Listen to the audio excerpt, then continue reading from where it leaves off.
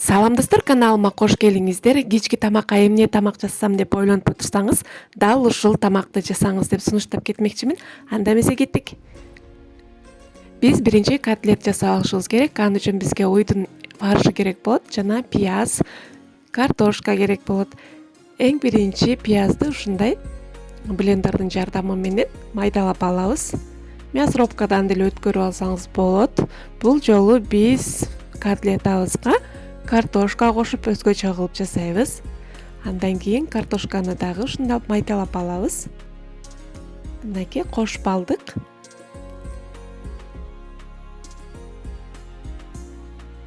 Андан кийин алдын ала кичине 1-2 кусок нанды ушундай кылып сүткө же болбосо сууга жибитип алабыз. Нандын ордуна сухари койсоңуздар да болот. Паприка, кара мурч, татымына жараша туз салып жакшылап аралаштырабыз.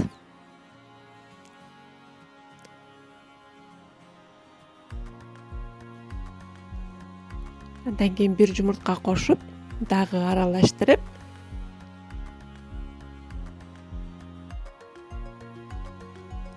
мынакей фаршты аралашып жатканда аябай мындай чапкылап алыңыздар. Ошондо биздин фаршыбыз өзүнө кийлип, аябай жакшы эзилбеген сонун котлет болот, кыздар.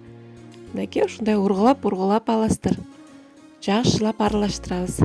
Андан кийин ушундай эки колдун жардамы менен ушундай кылып котлеталарды жасап алабыз.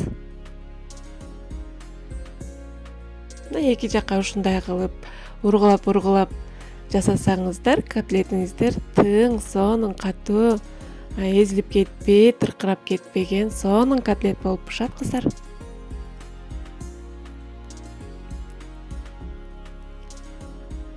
Бул даамды жасасаңыз, жолдошуңуз сизге сөзсүз түрдө рахмат айтып, тамшанып жешине ишеничтүүмүн. Андан кийин майды көп куйбаңыздар, кыздар. Кичине куюп туруп эле ушундай кылып эки жагын кызарта кууруп алабыз. Мынакей.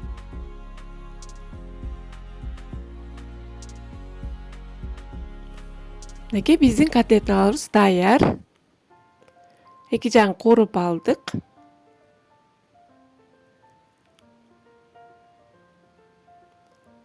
Андан кийин кайра биздин казаныбызга салып, биздин котлетибиз толук бышкан жок, кыздар. Ошондуктан кайра салабыз дагы, үстүнө кичине суу куюп, 1,5 саат 20 минутага дымдап коебуз. Андан кийин биз котлеттин жанына гарнир даярдап алайлы. Ал үчүн биз картошкаларды ушундай узунча кылып турап алабыз дагы. Паприка салабыз. Кара мурчтан салып коюңуздар. Туз жана биздин картошканын өңүн чыгарып туруш үчүн куркума салып коебуз, кыздар. Майдан куюп, жакшылап аралаштырып, духовкага салып, бышырып алабыз. Аябай сонун болуп пышат. Май куюңуздар. Мынакей аралаштырдык и духовкага салабыз. Картошканын ордуна башка нерсе да жасасаңыздар болот. Мисалы, макарон бышырып койсоңуздар болот, күрүч бышырып койсоңуздар болот. Ал өзүңүздөрдүн фантазияңыздарга жараша. Мынакей биздин картошкабыз жарым саатка жетпей бышып чыгат.